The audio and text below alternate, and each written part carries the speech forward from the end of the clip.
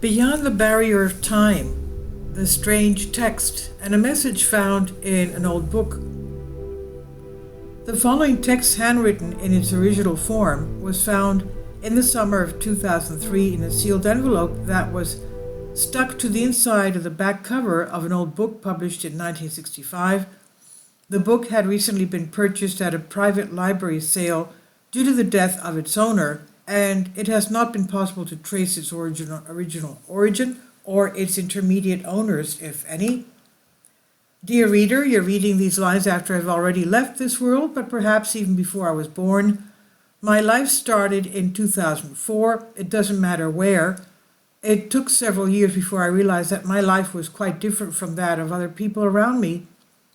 I lived my life in a different world from the one everyone else lived in, and there were not a few times when I wondered if I was out of my mind or if I just never existed. They say how time has a river that flows and sweeps you along with it, never being able to rise against its current, but for me, the current of time was the opposite direction. I have always been a closed, lonely person since I was a child. Later, I understood how it could not be otherwise. I could not make friends in my childhood. While I grew a year older, they grew a year younger until they ceased to appear in the neighborhood.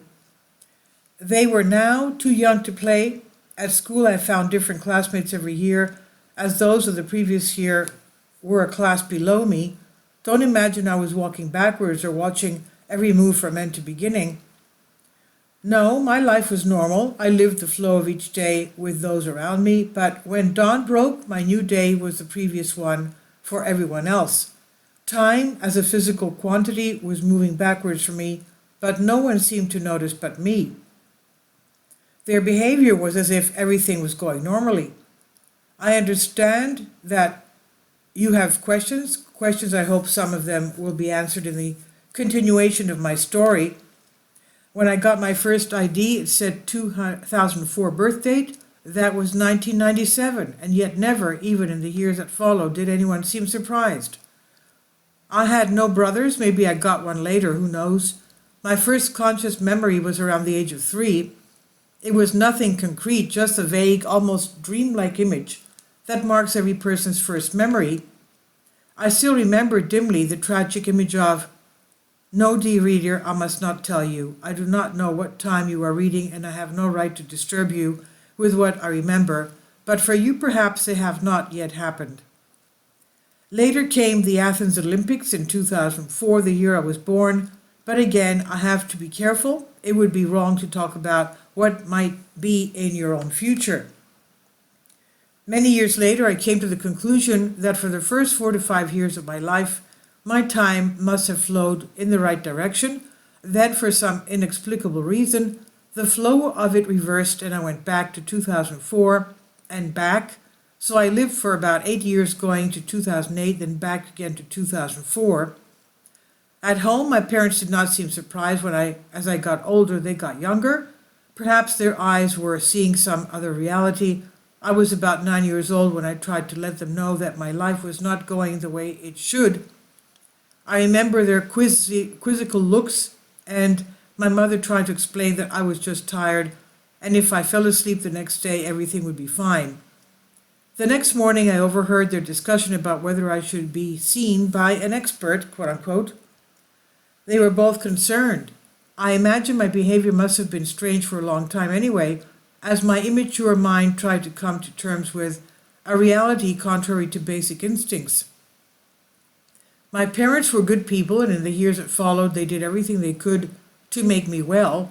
I was seen by several experts, and almost all of them concluded that I was a lonely child who would do well to have more contact with peers. Some even wanted to keep me for surveillance, something my parents were always against. As I got older, I stopped saying what I felt. I tried to look normal, maybe because I got tired of the experts, quote unquote, maybe because I didn't want to see my parents worried, maybe because I was just trying to convince myself that everything was fine. I must have been, in absolute terms, 18 years old when, in 1994, I saw my parents celebrate their first wedding anniversary. They considered it perfectly normal, even though I was 18, just 5 years younger than my mother. That night, I made my decision. The family in which I grew up in a little while would no longer exist or would not have been created yet. Choose and take which expression is the most representative. What exactly would happen and what shape my life would take was something I did not want to know. Maybe I was afraid.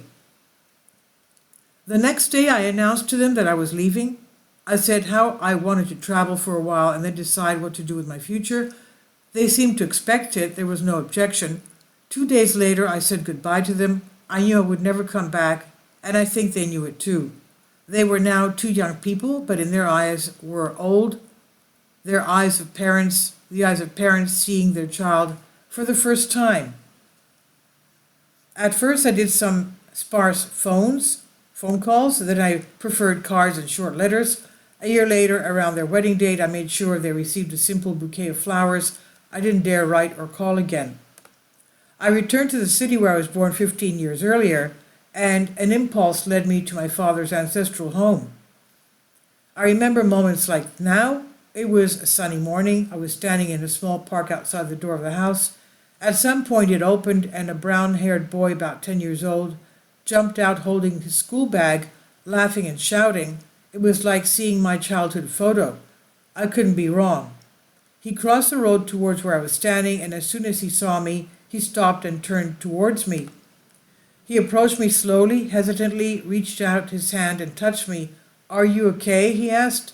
"I'm fine. You?" I answered. "Be careful," he told me, and his gaze fixed on my eyes, sweet like the little child he was, and at the same time protective like the father he was going to be. "I have to go now," he said, and went on his way again. That day I cried more than ever in my life. I cried for the child I once was and what he didn't live. I cried for my parents who I lost in a way more terrible than death. I cried for my meaningless life. I spent my years traveling and studying time and its mysteries. I was always trying to find some meaning, some logical interpretation in what was happening to me. Financially, I never had a problem. You see, having lived the future had some advantages. The history books and newspapers, the past of the world in which I lived as an intruding visitor were for me the future. I know what you're thinking. If I tried to intervene, to change things and situations, at first I believed that perhaps some higher power had given my life its turn so that through me some events would develop differently. An accident, someone's personal tragedy, even an event of world significance, why not? You see, that thought was healing for me. Maybe my life had a purpose. I quickly discovered that my hope was in vain. I could not intervene. I could not change anything. At the critical moment when I was about to act, some random event, some unforeseen, unrecorded detail did not allow me to change the course of things. The past is like a solid chain, forged with the pains and joys of people who experienced it. No energy in three-dimensional space can break this chain. I read books, scientific and novels about time travel. I read about the paradox of time, that is, how a traveler in the past can carry out actions and actions that could undo his very existence. I know firsthand how this paradox does not exist. The past is written in indelible ink, engraved on some secular scroll of stone, and it does not change. I spent my life living in your past, the past of the world I was born into, but I only define my life and maybe not even this one. I studied time as a physical quantity, as a philosophical concept, as a daily reality, and those who believe that time is a simple dimension are mistaken. Time is a concept that the human mind cannot grasp. It's the concept of infinity. We approximate time artificially by transferring it to a clock or a calendar, and thus we can perceive it as an objective reality. You cannot define time, you can only feel it passing. Like a constant perpetual movement between today and tomorrow, with the only tangible reality being now. Our whole life is nothing but a sequence of infinite nows, those that have passed and those that will come. You cannot put your foot twice in the same river because its waters are constantly flowing. Heraclitus had said, but even now is not clearly defined. Each person's now is an extremely personal concept. Perhaps after all time is more akin to the soul, of consciousness and not to space, as modern physicists support, the sense of time is not always the same.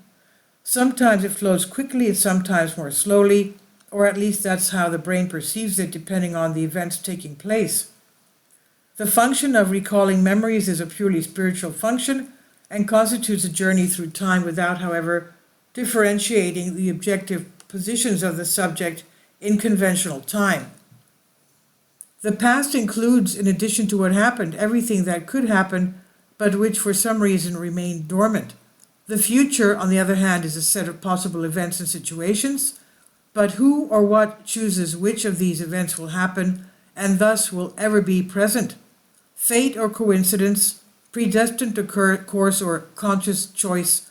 Which force rules the future?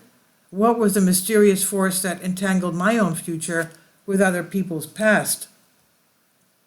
Many times I teetered between sanity and insanity, wondering if I was living a nightmare and soon to wake up. In dreams, time works on another level. The logic keeps flipping and making arbitrary jumps back and forth. I believe that some unknown mental function disturbed the balance between the dream and conscious state of my brain and did not allow me to recover after some dream jump. I would be a simple psychopath if this disorder did not drag my 3D existence along with it. My space and time warped enough to flip. Did this reversal create a void in the future I should have lived? In 2008, if my estimates are correct, I simply ceased to exist and died? Or has another self will live, normally his life? Did my space-time curve bisect and a piece of it went through the wrong way, taking with it a functional copy of my physical being that continued to interact with its environment? Were the people I came in contact with seeing reflections of the future? And my natural death, what exactly will it bring?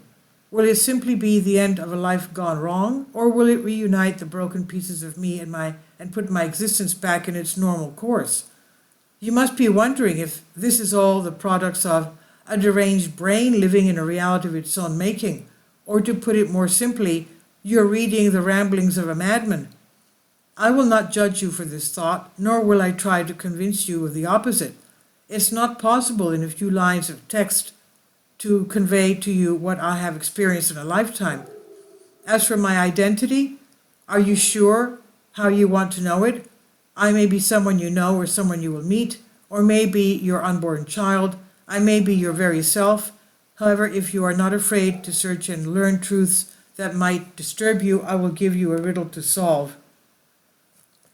Look for the plaque that has no beginning. In the fortress near the Narrows with the laurels of Apollo, I leave this recorded life testimony as the only proof of my absurd existence and my involuntary time travel.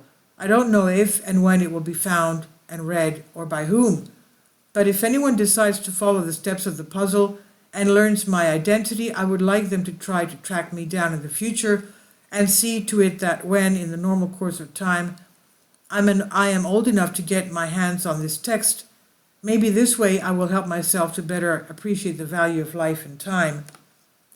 This strange text could be interpreted in many ways. It could be the effort of an aspiring writer, and maybe with some improvements and modifications it could be considered interesting, but it could be some prank. It could be an essay about time written in an idiosyncratic way, and finally it could indeed be the delirium of a madman, as is also mentioned in some point in the text itself. Could it be true? The answer, negative or affirmative, should not be given hastily. Let each one ask himself what he knows of time, of the natural laws governing its flows, and of its relation to the soul. Time is the most precious commodity in a person's life, but also a great enigma.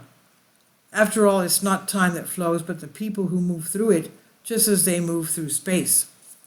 Please leave your comments about this, and thank you for your support.